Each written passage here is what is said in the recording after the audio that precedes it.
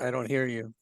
Oh, okay. Hi, this is Nancy Yearout, and welcome to High Road to Humanity. And I have a wonderful guest here. Lester Velez is here. And Lester, welcome to High Road to Humanity.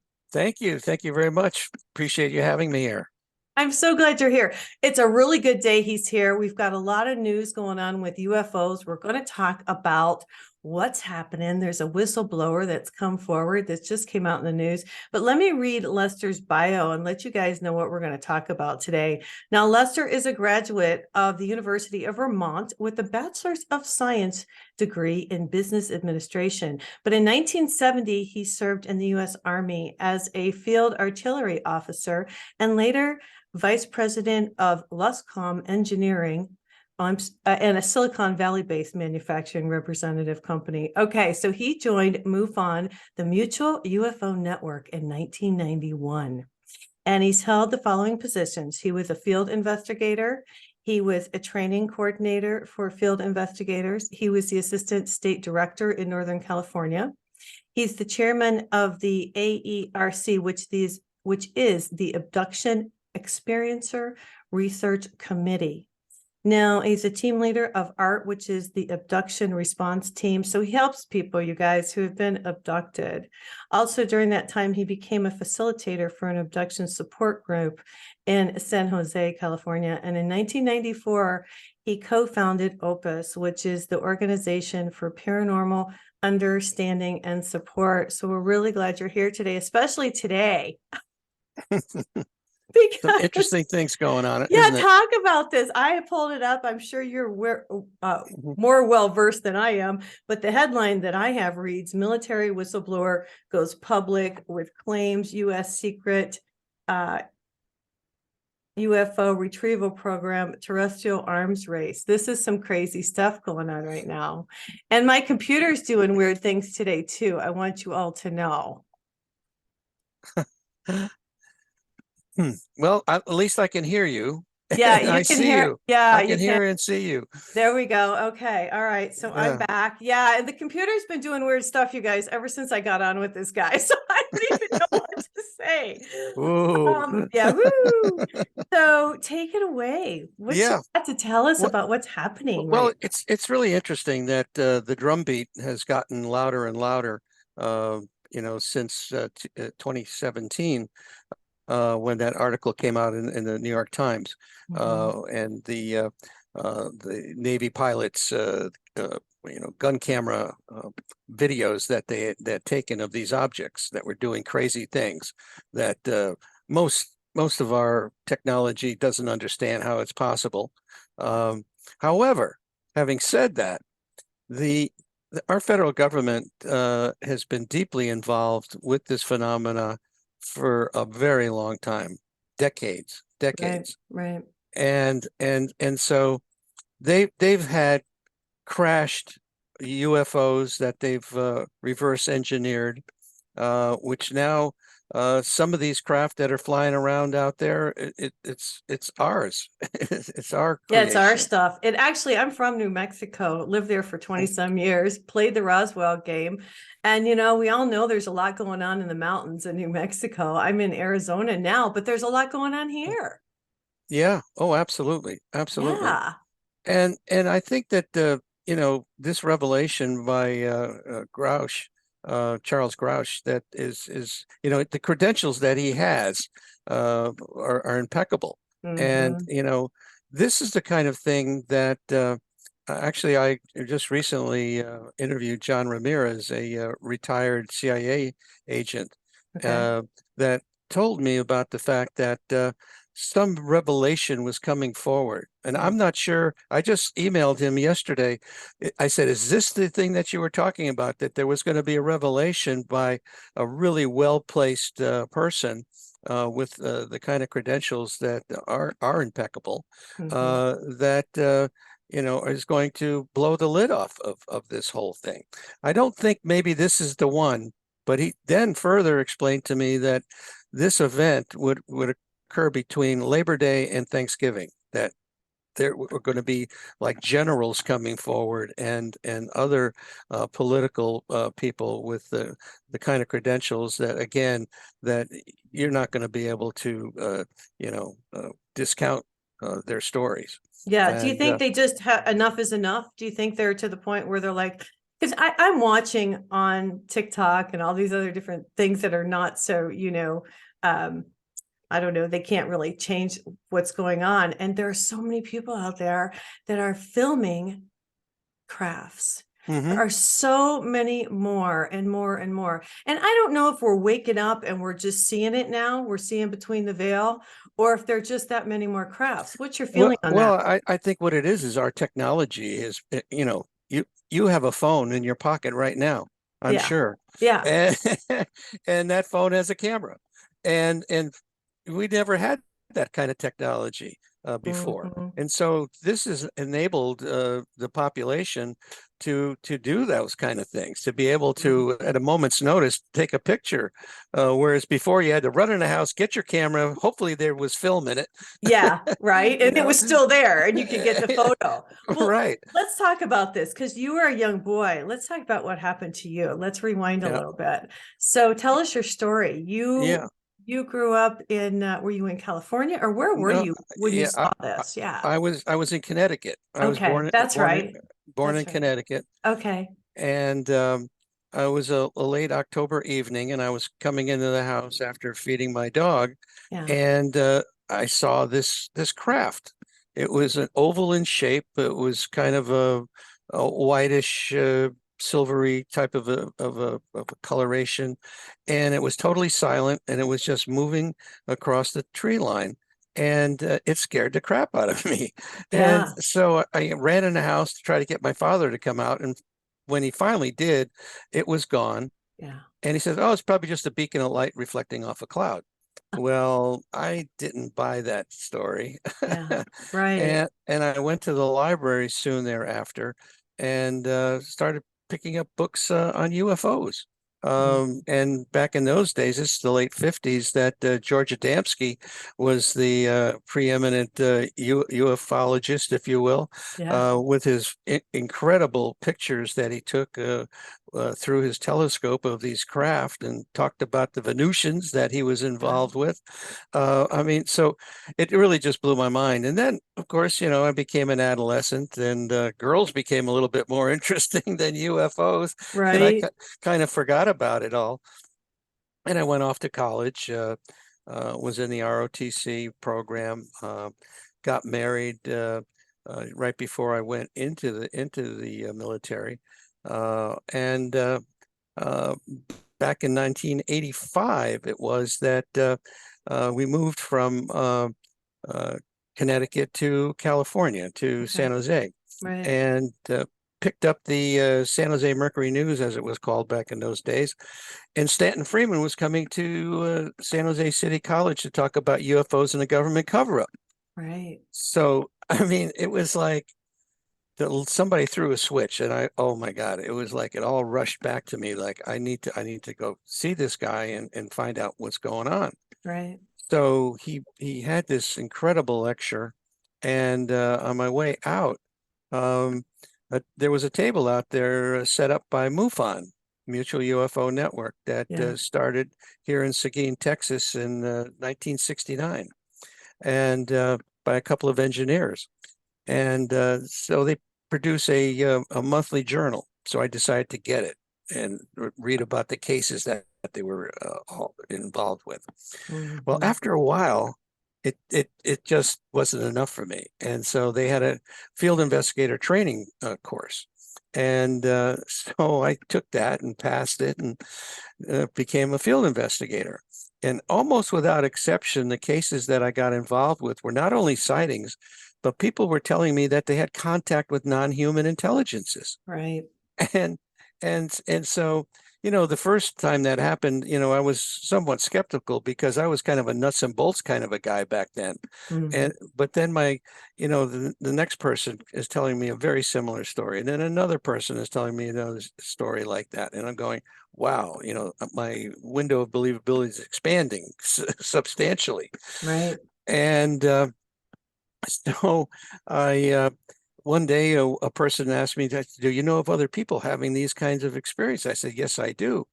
And next thing I know, I'm facilitating a support group in my office. I know. I think it's wonderful. Well, and let's talk about this because, I read a couple of the your first accounts in the book Mhm. that you have. And let me just mention, he's got a really cool book out that we need to bring to you guys' attention: The Unknown Other and the Existential Proposition of Alien Contact. Okay. Yeah. And that's by Lester Velez, if you guys want to check that out.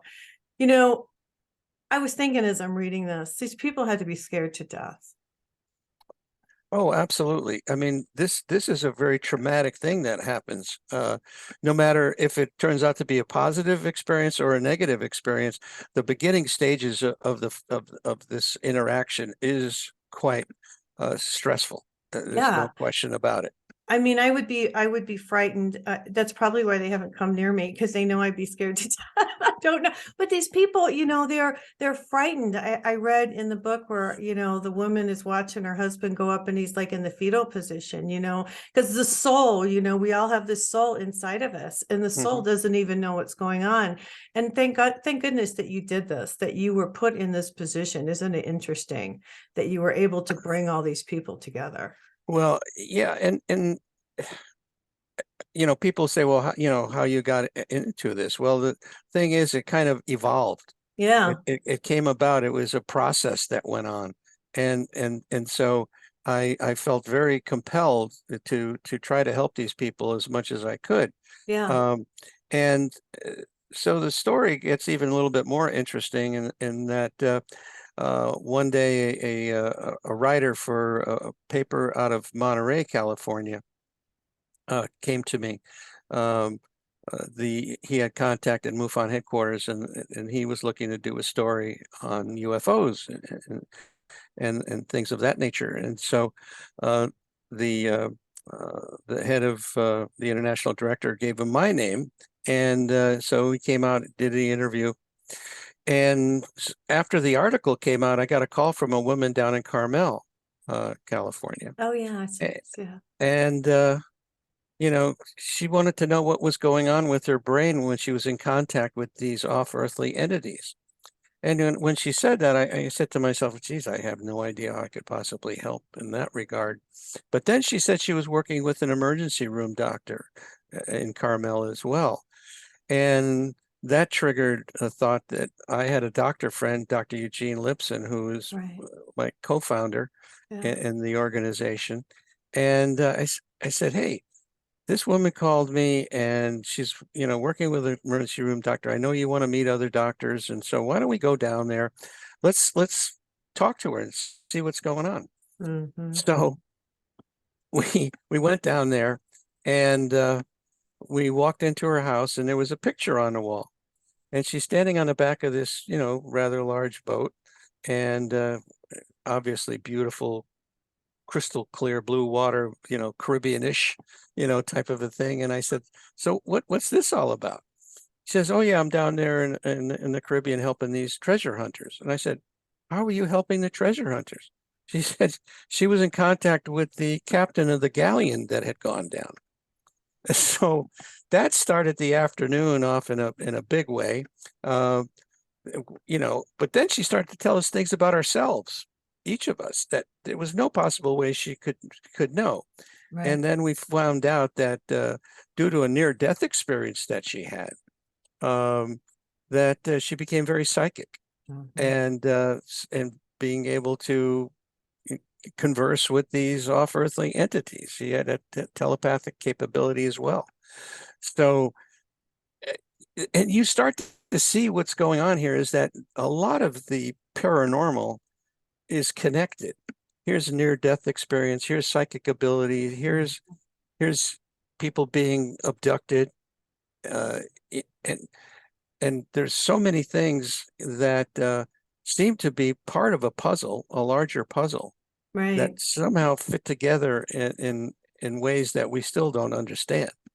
Well, yeah, and let's rewind a little bit because and I want to talk about a couple things. We're gonna talk about a lot today, but we've only Mhm. got an hour show, so we'll Yeah, do the best we can. You sure. know, it bothers me, of course, that the government knew all of this and basically slowed us down the river because people are being taken. They're having things implanted in them. They're scared to death. There's so much going on and you're bringing these people together, which is really interesting because that was no accident because they at least have each other to support. And then you start to probably see the commonalities. Oh yeah, I mean, there are obviously, differences in minor ways, but the overall effect or scenario that goes down, a person maybe, doesn't matter where you are. You could be in your car during the day driving down the road, or you could be in your house at night sleeping in your bed.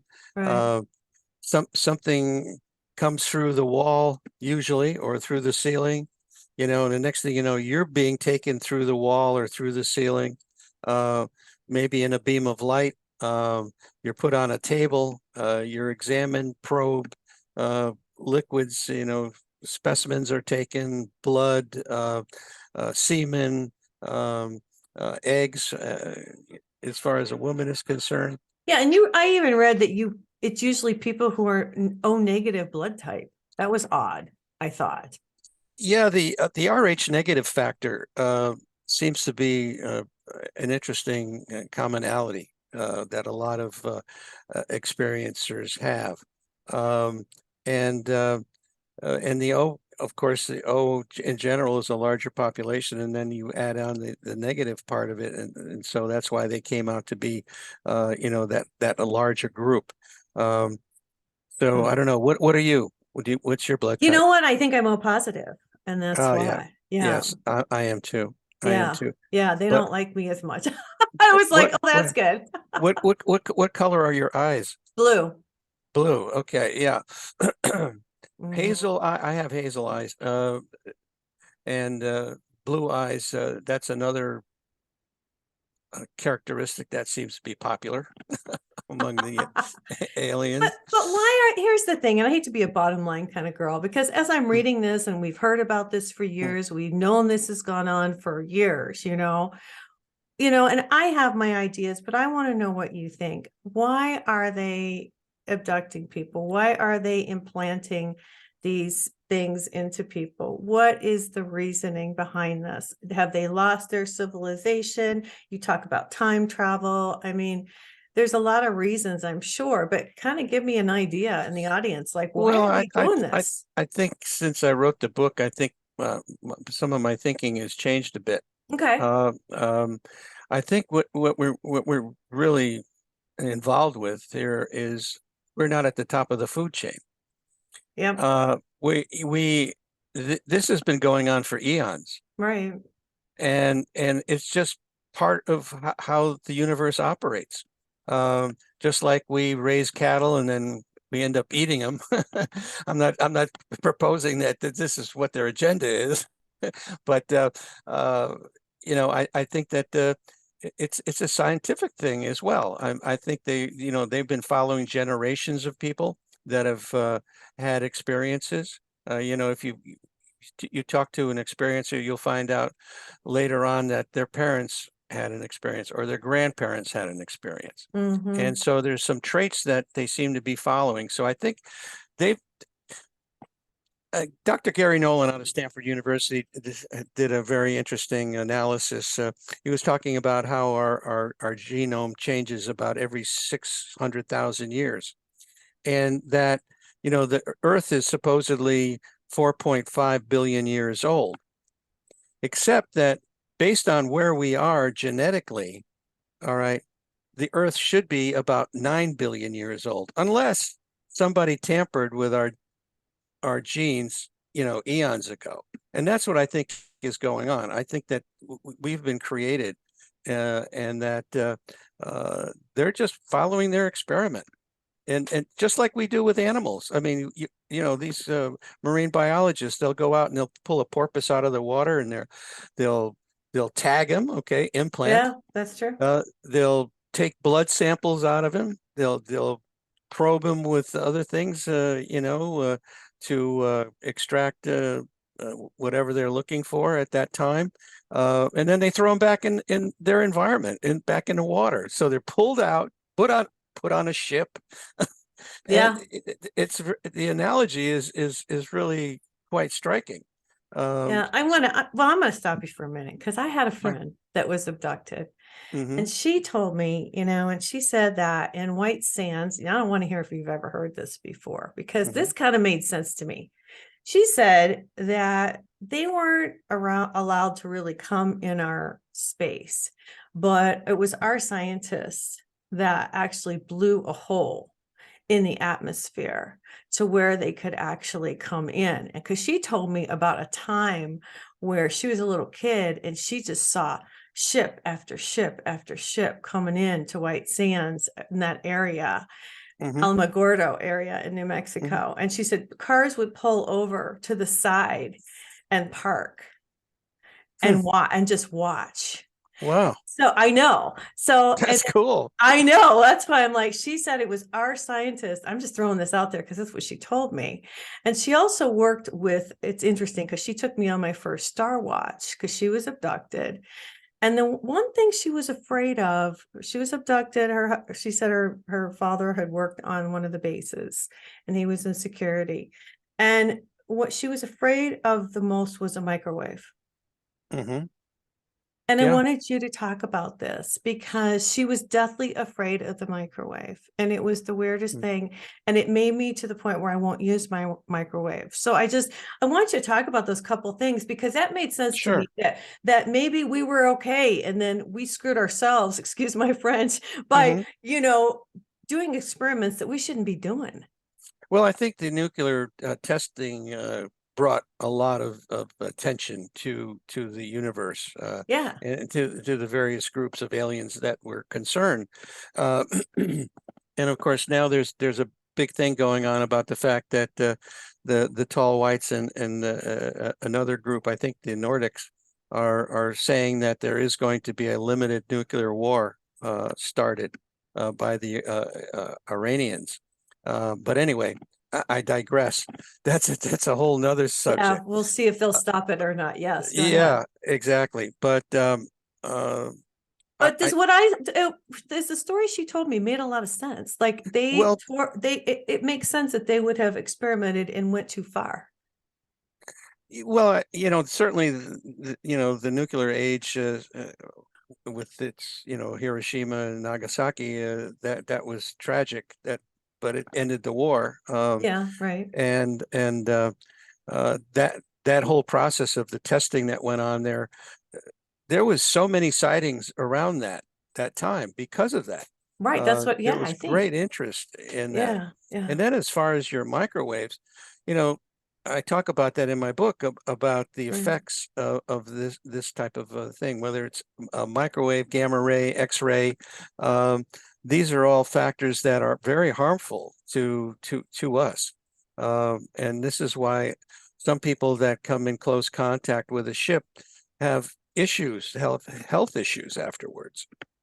And because of that radiation, whether it's microwave, electromagnetic, X-ray, gamma ray, and this has been pointed out. This is nothing new. This has been Right. talked about, for a long time. So if you do, matter of fact, I remember I went to a conscious channeler one time, and I asked her the question. I said, "Am I ever going to get on board a craft?" And she says, "Well, first of all, you have to feel comfortable if you're going to do that. And so you have to go with your gut, about getting on board a craft." Mm. And these are kind of things that, when people are abducted, they are brought on a craft, but they don't, most of them don't seem to have any, electromagnetic effects afterwards. They seem to be okay. But Mhm. then there's the whole nother ball game with orbs, these things that people are seeing now. That besides Yeah. the grays, the number two thing is orbs that people talk about. Yeah. The third thing they talk about is interdimensionals, and the fourth thing is ghosts. That seems to be really interesting. We just finished the first phase of the Omega-4 study, uh, which preceded the or came after the Omega-3 study that we did, which was funded by MUFON back in 2007. where we took 71 people that claimed that they were experiencers and 51 people that were a control group. And we basically found that none of these people had any psychopathology. They weren't fantasy prone. They had a coping mechanism, which referred to as dissociative type of a coping mechanism, but it wasn't, again, a psychopathological in any way, shape, or form. They had a whole different worldview when they came back after these experiences. And the very common thing that these experiencers talk about is the fact that we should be better stewards of the planet. We need to be better to one another. We need to be more loving. We're just too tribal. We're just absolutely too tribal. Yeah, we haven't raised our vibration up enough to get, right.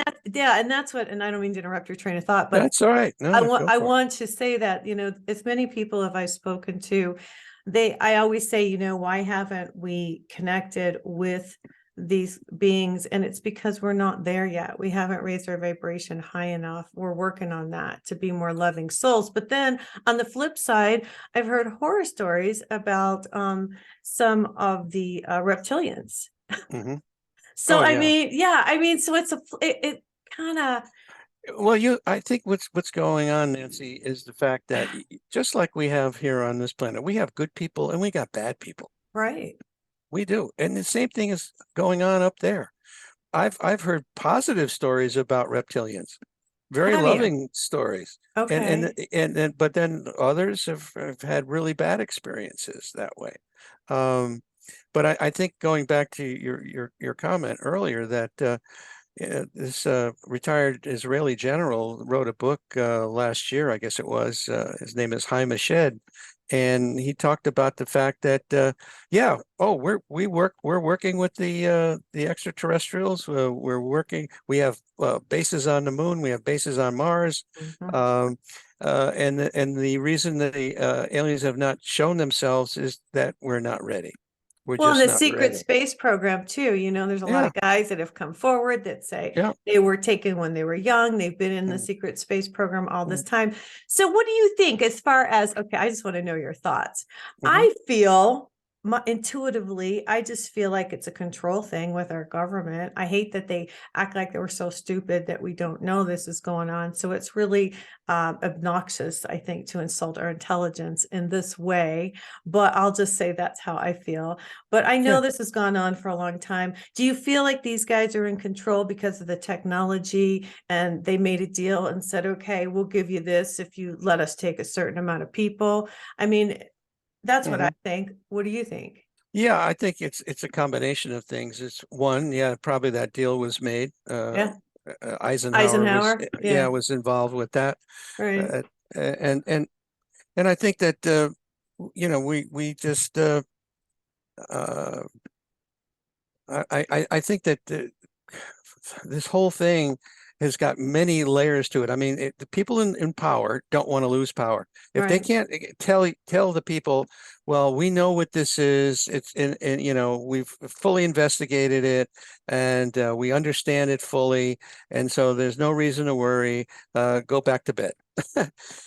But the bottom line is they don't know shit as far as truly understanding what's going on. However, a caveat to that is that more recently, based on conversations that I've had, especially with John Ramirez, the retired CIA gentleman, that the government does know a lot more, and certainly the military-industrial complex, which the Eisenhower talked about, is warning us about it. All this technology is there in these private organizations. So you can't do a Freedom of Information Act and get anything because the government doesn't know because it's all over there with these corporations.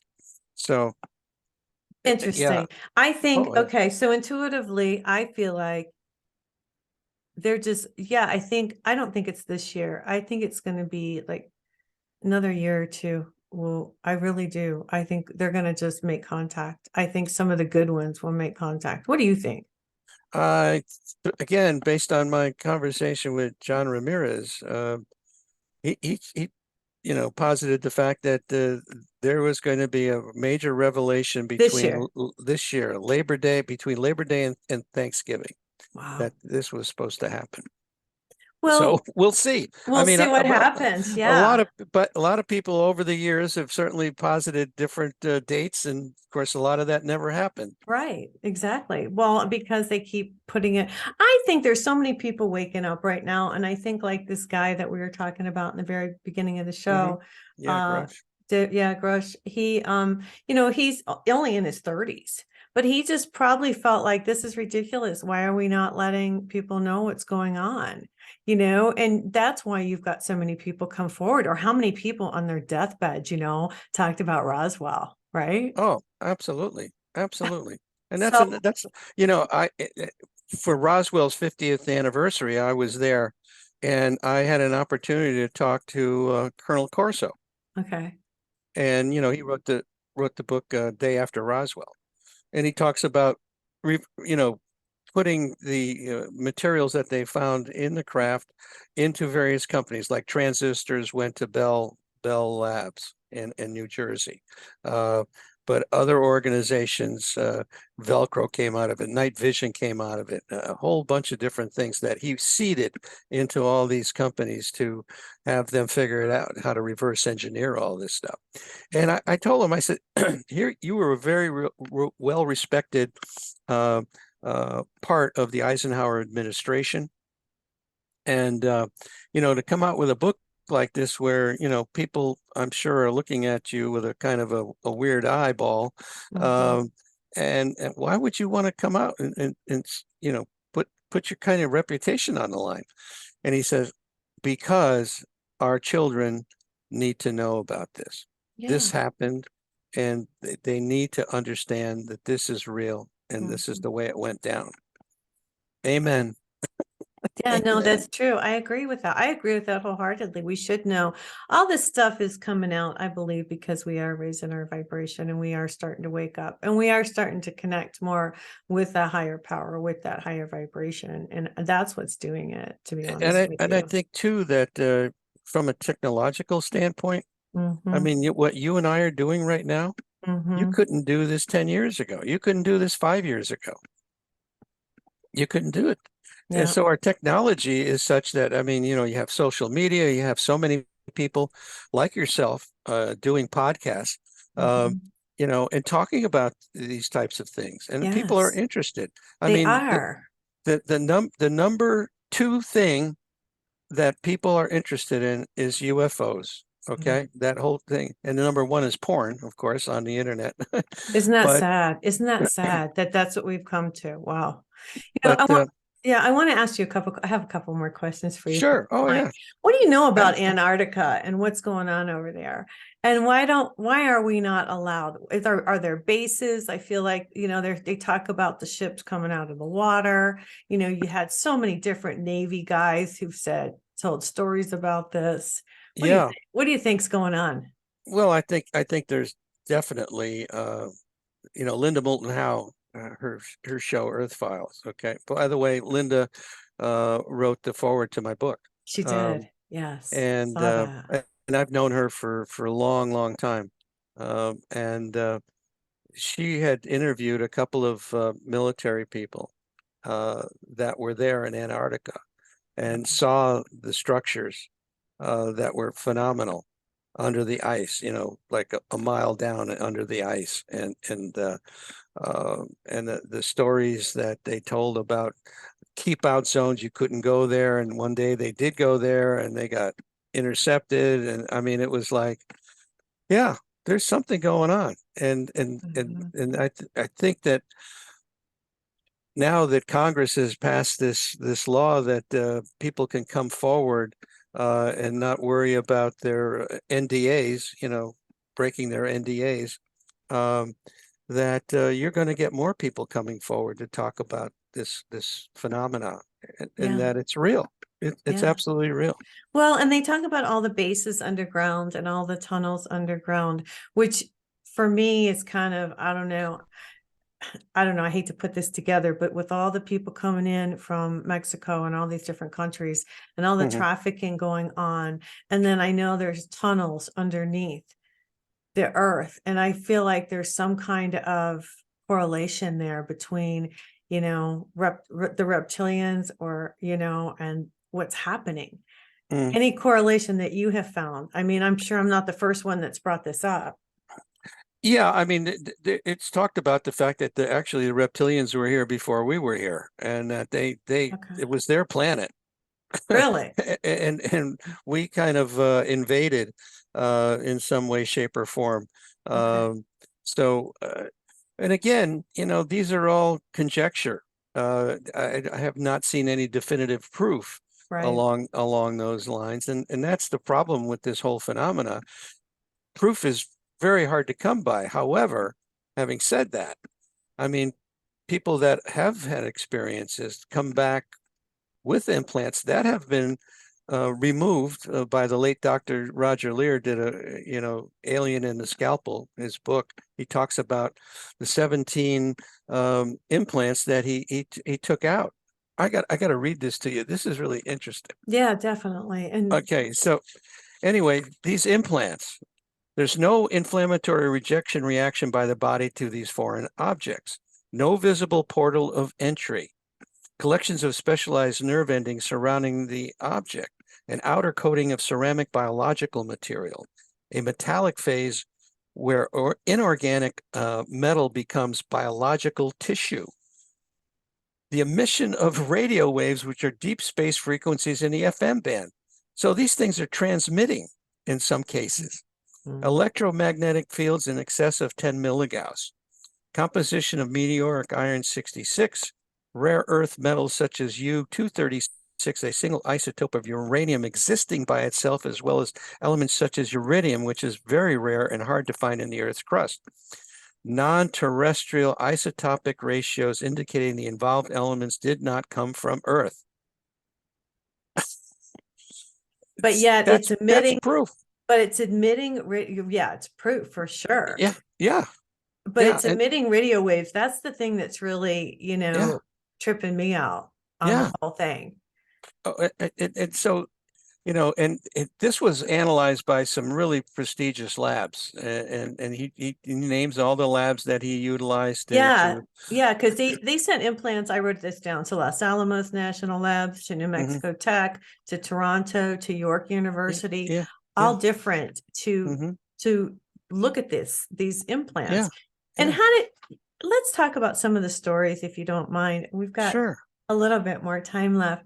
Would you yeah, mind telling some of stories that really stand out sure, yeah. for Well, the there's audience? basically two stories that I started off the book with, and then of course I had people from the support group tell their stories. Um, the first one was one of the first cases that I got involved with this couple. They were both amateur pilots, and they were picnicking in a state park north of Santa Cruz, Mm. and they were coming out of the park at dusk, and the elevation there is basically goes from sea level up into the hills, and so they were coming down out of the upper part of the park, and they noticed this light over the ocean, and it got bigger and it got bigger until it was over their head, and it was like the size of a small Learjet. It was triangular in shape, as it turned out, and this thing went into a canyon behind where they were, and uh, they noticed another light over the ocean, and this thing got bigger and bigger, and the same thing. It was over their head, and it was a triangular craft. The first one, they felt, they were looking at it. The second one, they felt it was looking at them, and so they became frightened. Yeah. And this thing went back into a canyon, and this happened 5 more times till it was a total of seven craft, and they started to then feel strange. They felt more robotic in nature, and they started to drift out of the park down this trail. And I went up there with them, and this trail, even during the day, is dark. Okay. It's Okay. rocky, and but they felt like they floated down through there. And when they got to their car, that was the last thing they remembered until 3 hours later, Right. that they showed up in a restaurant that was only like, 10 minutes away from where the park was, and had no recollection of what had occurred.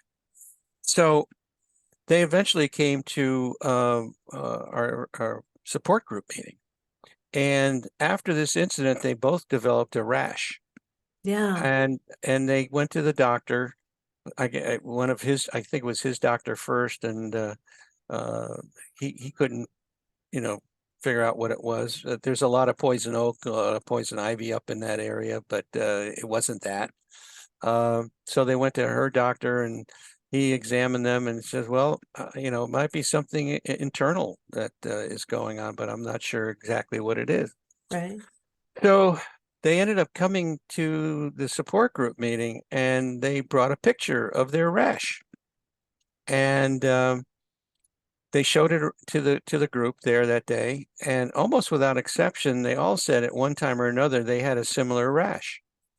And one of the women in the group that particular day said, I think I know what that's from. And so we all sat there with our mouth hanging open, like, okay, what? Yeah. And she says it's a reaction to the fluid that they dip you in when they bring you on board the craft to sanitize you. Yeah. So that really, again, just, was mind bending, especially being, so early on into this whole process of trying to help people. Right. And, go ahead. No, I want to ask you a question because, in one respect, it seems like they're able to wipe our minds, but not completely, because all these people have been hypnotized, or the majority of them have been hypnotized in order to obtain information. So I feel like there's a disconnect. Like maybe we're supposed to not remember, but we do. It's still in our subconscious. Can you talk about that a little bit? You know what I'm saying? Yeah, I think that I'll have to give you another story that one day in the support group, and I'll get to Okay. answer your question. Yeah. Um, a person said to me, I've seen you before. I said, oh, really? Where? At a UFO conference, something like that? And he said, no, I saw you on board the craft. Yeah. I I said, read that. I, yeah. And I said, really? Oh, that's interesting. And I kind of blew it off. I didn't think much about it, because again, I have no conscious recollection of it. So it was like a year and a half later that a totally different person said the same thing to me. He says, yeah, I've seen you before. And I said, where? UFO account? No. You were sitting on this bench naked on board the craft. You were freaking out, and they told me to go over to you to calm you down. Well, at that point, I decided, okay, I'm going to go get regressed. And I had 3 separate regressions, did not find anything along those lines. However, I had multiple past lives. And this talks to reincarnation, which a lot of the people that have had experiences talk about. The aliens talking about reincarnation as a mechanism of the universe. That's how things go. Our soul, that energy that we have, doesn't dissipate. Right. It just goes on. Okay, so we never die, really. Right. Our physical body does, but this energy, this soul of ours, continues on. And these experiences that these people are having it's a spiritual journey. Yes. That's really what it's all about. It's a Yeah. spiritual journey. It's a reawakening, and that's, again, part of this whole process. That we're just part of that process. And these aliens, if you will, if you want to just call them that, or non-human intelligences, that's what they're here to do. That's what they're here to do, to wake us up in a way to speed up our process of raising our vibration, if you will, as you Yeah, that's an mentioned earlier. interesting, yeah, that's an Yeah. interesting way of looking at it, because I'm seeing it as I never thought of it like that. I Mm, was thinking of it as a negative, like they were trying to yeah. take from us, but maybe they are trying to help us raise our vibration so that we're I more, and I think that you have to look at it from the terms of that there are different groups with yeah. different agendas. I think, Mhm. thank goodness, the majority, because in our studies that we've done, that 70 to 80% of people are having positive experiences, Okay. and it's a smaller number that are having negative experiences and continue to have those experiences, Mhm. because I believe they're just dealing with a different group and Now, they've been unlucky. yeah, right. Well, and this happens all over the world. It's just Oh, not in the United States. Is there a abs- certain area in the United States that you've been able to notice through people coming to Opus that is kind of it, focused it, on or it, something? well, there's 2 points to that question. I think that first of all, when we first got started here, we in our mission statement we talk about the fact that we're setting up an organization to help people having paranormal experiences. And what does Right. paranormal mean? I mean, it could be poltergeist activity, it could be Kundalini awakening, it could be Mm, so many other facets to the okay. paranormal. Okay. Uh, Demon possession. I mean, that's certainly a part of it. Uh, but as it turns out, most of the people that have come to us are dealing with this phenomena that we call the abduction phenomena, or uh, so and I don't know why that's occurred that way, but it just seems to be the way that over the years it's come about. And we have two ways that we help people. We basically have a confidential online support group, Right. where we have people from around the world, almost 400 people now in the group, that are constantly talking about what's going on with them, asking questions. And the other thing is we have a referral network of mental health practitioners and hypnotherapists that we can refer them to if they're interested in going that route. And then the latest thing we set up is what we call our EST, our experiencer support team. These are people that kind of do triage when these people come to us, Yeah. and find out exactly what it is that they're looking for and try to point them in the right direction. And this is working very well. But yeah, this phenomena is all over the place, and it doesn't seem to be in only one place. It's all Um, over. it's all over. I mean, Okay. Interesting. uh, I have to it's very, commend you. I because I did read this that there is a free online support and it's 24/7, you guys. And I mhm. just think this is amazing that you've done this work to help so many people. Yeah, and it's been very gratifying because of the feedback that we get, and people saying, I've not been able to talk to family members. I can't talk to coworkers. I can't talk Right. to clergy. I don't know where to turn. A lot of these people have gone to a psychologist or psychiatrist and say, "Am I going crazy?" And they find out, no, they're not. Right. They're Exactly. they're perfectly sane, but something is going on, I know. and so. This is, we don't have all the answers. Believe me, we don't have all the answers. Wish we No, did. but we're getting there. I feel like, don't you feel like we're finally making some headway though? Oh, absolutely. This past year now, there's been Right. tremendous progress. I mean, with the congressional hearings going on, Yes. um, all that. I With mean, the it's just, whistleblowers coming out and yeah, speaking yeah. honestly and the Hmm. truth tellers. I like it. I feel like it's time. It's the age of Aquarius. It's trying for the truth tellers to come out Right. and tell us what's really going on. Yeah, because I don't know. I think it does insult our intelligence to a degree that we're all sitting here going, come on, it's to that point. I bet if you took a survey, 99% of the population knows that there's other Oh, life. It's like, come on. yeah, and I think that, the Brookings Institute, I guess, did this study years and years ago about the fact that, well, we can't tell the people because they'll all freak out. I know, right? And and I don't, I think 70% of the people would be just fine with it. There might be 30% that, the real holy rollers, if you will, that might have a real issue with it. But Well, I forgive me don't for that terminology. know, But not at all. But you know what? It makes me realize, well, I still believe there is a higher power. Our creator is in charge. And I do, but I do believe there that he didn't just create us. There's other create, things that were created as well. So the universe is vast and our minds are expanding. And I think as we expand, what? What, Well, Les? when you said that, that reminds me of the phrase that, in the Bible about the fact that we were created in God's image. Right. And so how does that pertain to aliens? Because some of them are pretty weird looking. So is God is their God different than our God? Or Or is I it mean, the same creator? And are some of those AI or are some of those actually have souls? That's yeah. what I've always felt. We got to get out of here for today because we've been talking for a while, but this is a whole nother show. But I've always felt like, we have souls and that's what makes us different. Hmm.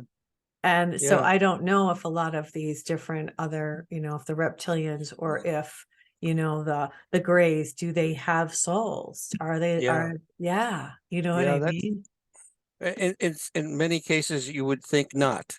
Right, exactly. And maybe that's what makes us different. And maybe I'll say this before we go, and then I'll let you have your say before we get Yeah. out of here. But I just feel as we're talking today, and you're talking about these transmitters and stuff, and Hmm. I know I meditate and I connect and I get that energy in and it changes stuff.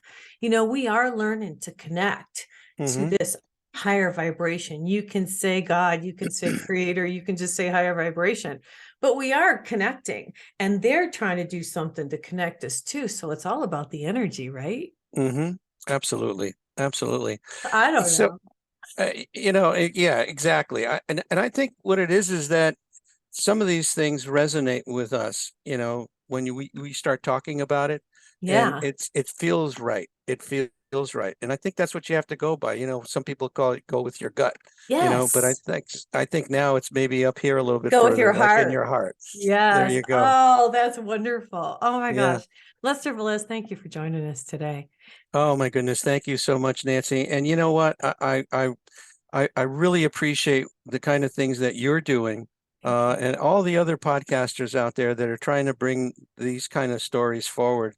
I think you're a really part of that opening up process. And so thank you. Thank you for having me today, and thank Yes. you for what you're doing. For those people that want to contact us, all you have to do is go to opusnetwork.org, opusnetwork.org. And if you're looking for help, there's a support button there. Or if you just want to contact us, there's a contact button, two separate things. And we'll be happy to talk with you and uh, move forward with whatever it is that you'd like to see happen. That's awesome. It's so awesome that you have this organization. All right, you guys, I'm going to get out of here for today. This is Nancy. You're out. This is High Road to Humanity. Everybody have a terrific week and God bless.